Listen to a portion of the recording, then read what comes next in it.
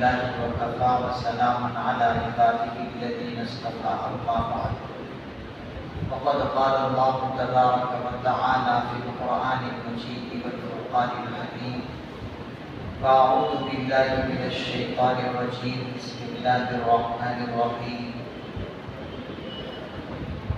طه ما أنزلنا عليك القرآن لتشقى إلا تذكرة لمن يخشى تنزيلا ممن خلق الأرض والسماوات العلى صدق الله العظيم.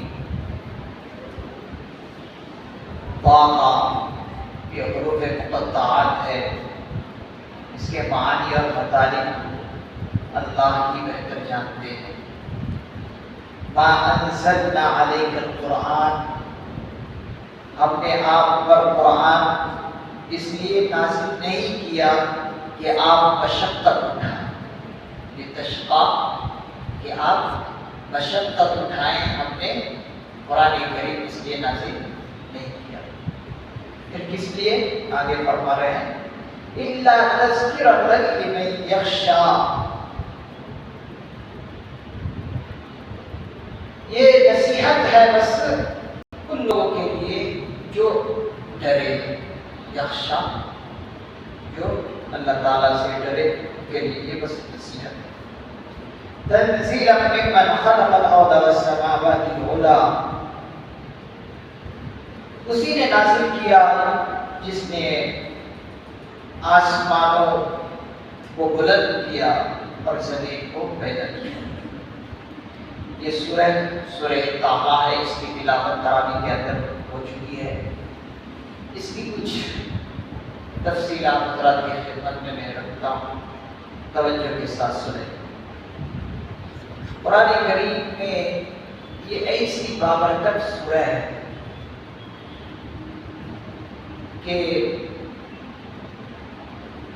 اس سورہ کے بارے میں حدیثوں کے اندر آتا ہے کہ آسمان و زمین کے پیدا کرنے سے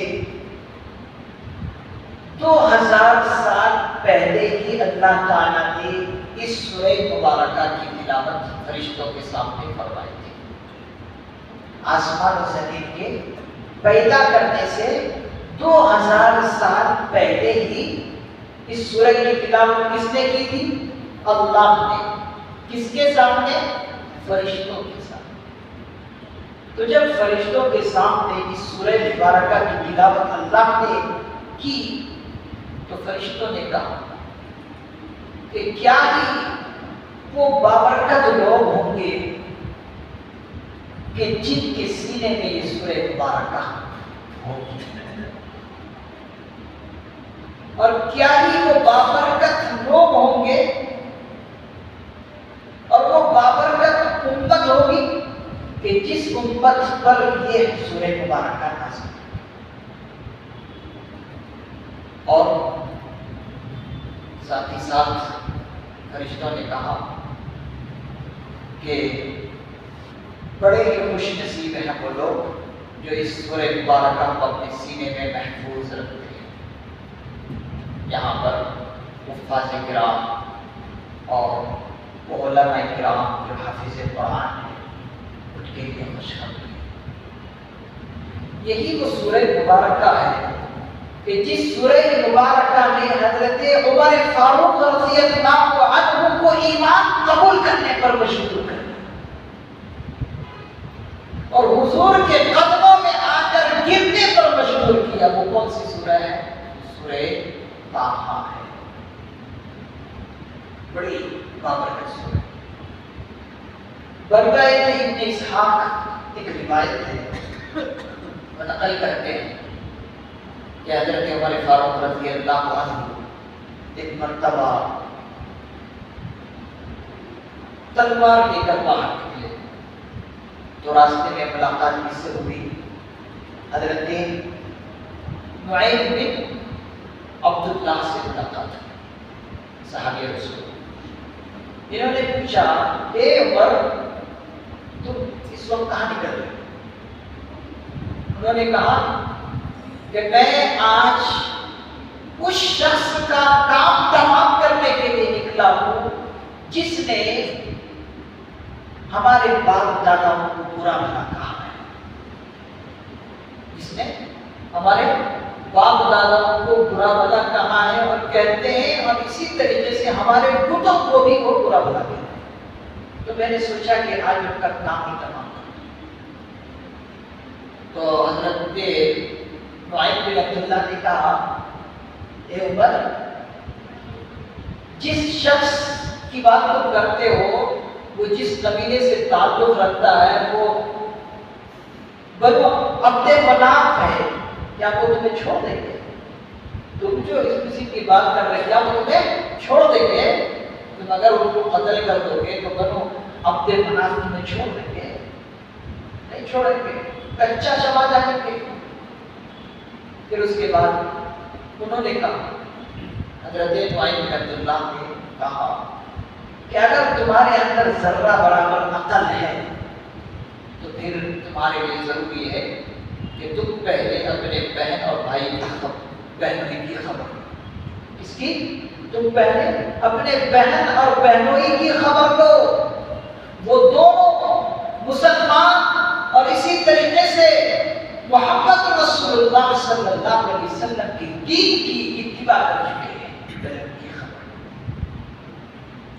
جیسے ہی یہ بات حضرت نعیم بن عبداللہ نے کی تو اس کا اثر عمر فاروق رضی اللہ عنہ پر پڑا اور فوراً کس کی طرف گئے؟ بہن اور بہنوئی کی طرف چل پڑے۔ حضرت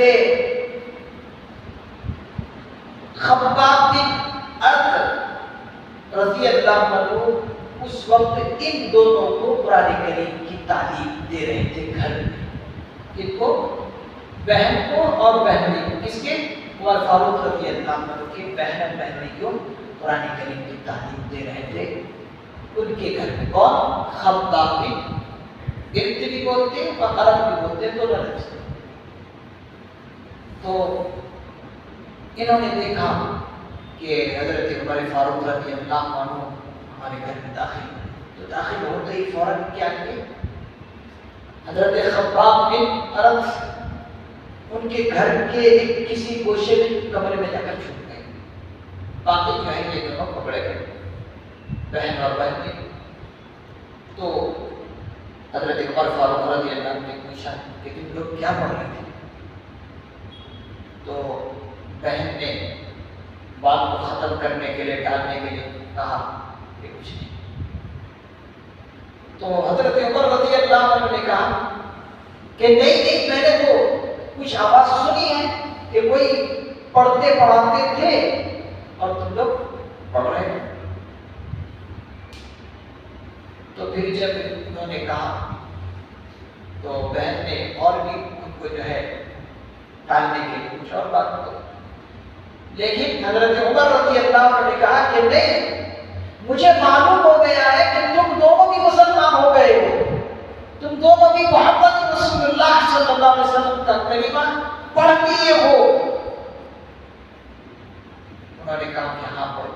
تو حضرت عمر رضی اللہ عنہ بڑے چلاکی تھے، بڑے غصے باز، اتنا غصہ کہ آدمی بھی ڈر جائے، لیکن نرم بھی رہتے تھے۔ جیسے ہی شریعت کا کوئی حکم آ جاتے ایسا نرم پڑ جاتے، ایسا محسوس ہوتا کہ چھوٹا بچہ کسی کے سامنے ڈر گیا، اتنا ڈر بھی اور اتنا نرم بھی ہو جاتا۔ اللہ کا حکم کہیں اگر آ جائے تو بالکل پست ہو جاتے۔ تو انہوں نے حضرت عمر رضی اللہ عنہ نے یہ ان کے بہنوئی کو مارنا پیٹنا شروع کیا۔ ان کے بہنوئی کا نام ہے سعید بن زید۔ حضرت عمر رضی اللہ عنہ کی بہنوئی کا نام کیا ہے؟ سعید بن زید۔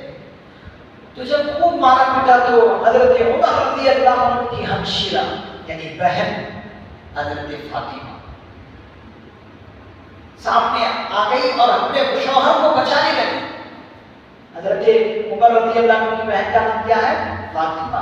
یہ سب اچھے اچھے نام ہیں، ہم لوگ جو ہے آج نئے نئے نام چنتے ہیں، یہ سب بہت اچھے نام ہیں۔ تو ہمشیرہ حضرت عمر رضی اللہ عنہ کی سامنے آتی ہے اور آتے ہی حضرت عمر جو ہے ان کو چھوڑ کر ان پر جو ہے حملہ کرنا شروع کر دیتے ہیں۔ کی بہن نے کہا اے عمر تم کیا کر سکتے ہو؟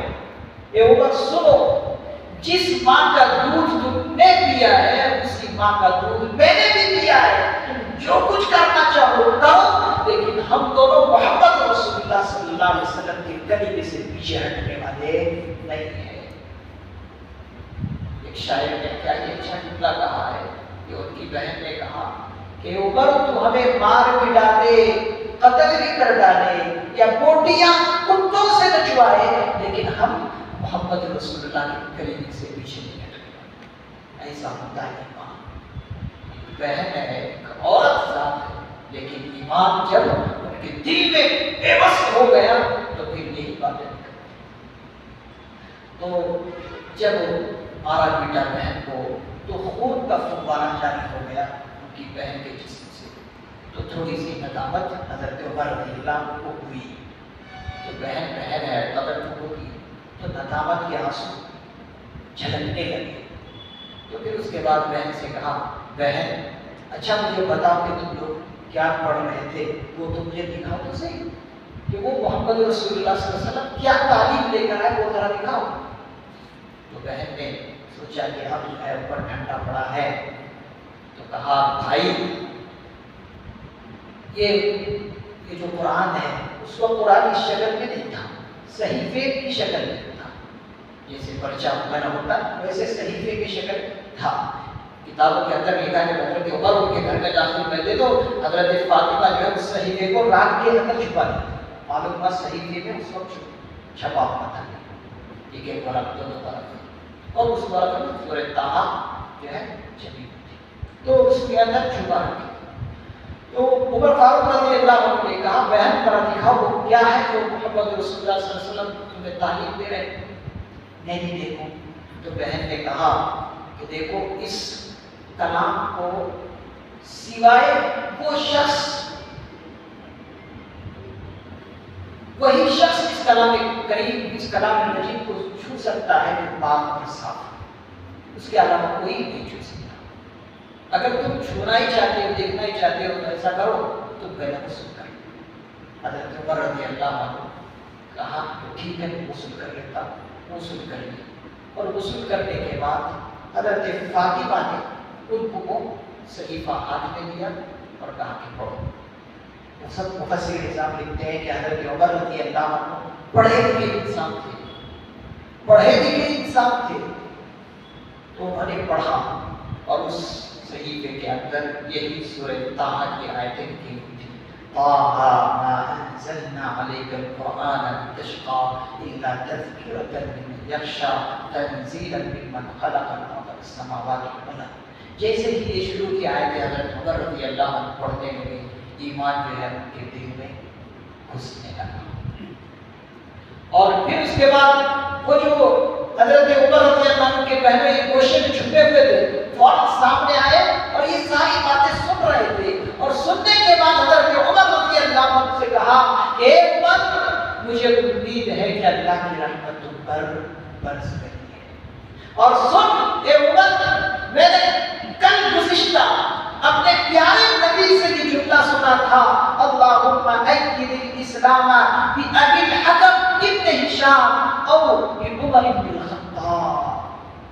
میں نے حضور کو دعا کرتے ہوئے کل گزشتہ سنا تھا، حضور دعائیں کر رہے تھے یا اللہ اسلام کو یا تو ابو الحکم ابن ہشام کے ذریعے سے تقویت پہنچا یا پھر حضرت عمر رضی اللہ عنہ کے ذریعے سے تقویت اور تائید پہنچا، یا اللہ ان دونوں میں سے کسی کو قبول فرما۔ اے عمر میں نے حضور کو کل گزشتہ یہ دعا کرتے ہوئے سنا تھا، آج وہ دعا میں اپنی آنکھوں سے دیکھ رہا ہوں، ایسا محسوس ہو رہا ہے کہ حضور کی دعا جو اللہ سے حضور نے کی تھی وہ دعا تیرے حق میں قبول ہوئی، ابو جہل کے حق میں قبول ہوئی۔ اس کے بعد حضرت عمر رضی اللہ عنہ کہتے ہیں کہ مجھے جو ہے اپنے پیارے حبیب صلی اللہ علیہ وسلم کے در اقدس پر لے کر چلو۔ یہ ہے قرآن کریم کی تاثیر۔ پھر اس کے بعد مشہور اور معروف واقعات سیرت کی کتابوں میں آپ کو ملیں گے کہ کیسے وہ پختہ مسلمان والے بنے۔ یہاں پر دیکھیں ما انزلنا علیک القرآن لتشقى، قرآن کریم کہہ رہا ہے کہ ہم نے اس قرآن کریم کو، اللہ فرما رہے کہ اس قرآن کریم کو ہم نے مشقت کے لیے نہیں پیدا نازل نہیں کیا کہ آپ اس کو مشقت سمجھیں۔ حضور علیہ السلام اس قرآن کریم کے نازل ہونے کے بعد راتوں رات تلاوت کلام مجید میں لگے ہوتے، پوری رات جو ہے قرآن کریم کی تلاوت کرتے اور پوری رات تہجد کی نماز پڑھتے رہتے۔ اور یہی ماجرا جب صحابہ حضور کو دیکھتے تو صحابہ کی پوری رات جو ہے قرآن کریم کی تلاوت، اور اس وقت اللہ کی طرف سے حضور کو یہ پیغام ملا، یہ میرے پیارے نبی آپ اس طرح کیوں کر رہے ہیں کہ قرآن کریم ہر وقت رات میں پڑھ رہے ہیں، نمازوں میں پڑھ رہے ہیں، تہجد میں پڑھ رہے ہیں، ایسا مت کیجیے۔ اپنے جسم کا بھی حق ہے، آپ اپنے جسم کو بھی حق دیجیے۔ جیسے ہی یہ حکم نازل ہوا حضور علیہ السلام نے اب جو ہے رات کے اول پہر میں آرام کرنا شروع کیے اور رات کے آخری پہر میں تہجد کی نماز میں لگ جاتے۔ عادت حضور کی یہ رہی، اول رات کے حصے میں کیا کرتے؟ آرام کرتے، جیسے ہی 2-3 بجا اس کے بعد حضور کھڑے ہوتے۔ اور بعض مرتبہ یہ کفار میں تانا دیتے تھے کہ یہ مسلمانوں پر کیا قرآن نازل ہوا، یہ ایک مصیبت بن گئی۔ تو اس وقت اللہ رب العزت نے حضور کو یہ حکم دیا کہ ایسا نہ کیجیے کہ رات آپ قرآن کریم پڑھتے رہیں، ایسا نہ کیجیے، بلکہ آپ جو ہے رات کے آخر پہر میں قرآن کریم کی تلاوت کیجیے اور تہجد کی نماز میں مشغول۔ اب اندازہ لگائے کہ ان کو قرآن کریم سے کتنا شغف تھا صحابہ کو، حضور کو، کہ رات قرآن کریم۔ آج ہم ہیں کہ پوری رات گزر جاتی ہے قرآن کریم کو اٹھا کر نہیں دیتے، رات دن میں بھی ہم نہیں پڑھتے۔ میں تو یہ کہتے ہوئے بہت شرم محسوس کرتا ہوں کہ رمضان کی بابرکت مہینے میں مسجدوں میں لوگ قرآن پڑھتے بیٹھتے تک نہیں۔ کم از کم اللہ کی کتاب جو ہے کھول کر بیٹھ جائے، اس پر بھی ثواب۔ آپ صرف نظر رکھیے، اس پر بھی ثواب۔ آپ حافظ قرآن کے سینے سے ملائیے، تب بھی اس پر ثواب۔ آپ جس ٹپائی پر قرآن کریم رکھ کر پڑھ رہے ہیں، اس ٹپائی کو سینے سے لگا دیجیے، اس پر بھی آپ کو ثواب۔ تو اس قرآن کریم سے ہم جو ہے اپنے آپ کو پیچھے چھڑائے ہوئے ہیں۔ اللہ سے دعا ہے کہ اللہ تعالیٰ ہمیں اس عظیم نعمت کی قدر کرنے کی توفیق نصیب فرمائے، اور ہر وقت جو ہے تلاوت کلام کریم سے اپنے لبوں کو تر و تازہ رکھنے کی توفیق نصیب فرمائے۔ آمین۔ سبحان اللہ و بحمدہ، سبحانک اللہم و بحمدک، ونشہد ان لا الہ الا انت، ونستغفرک ونتوب الیک۔ سبحان ربک رب العزۃ عما یصفون، وسلام علی المرسلین، والحمد للہ۔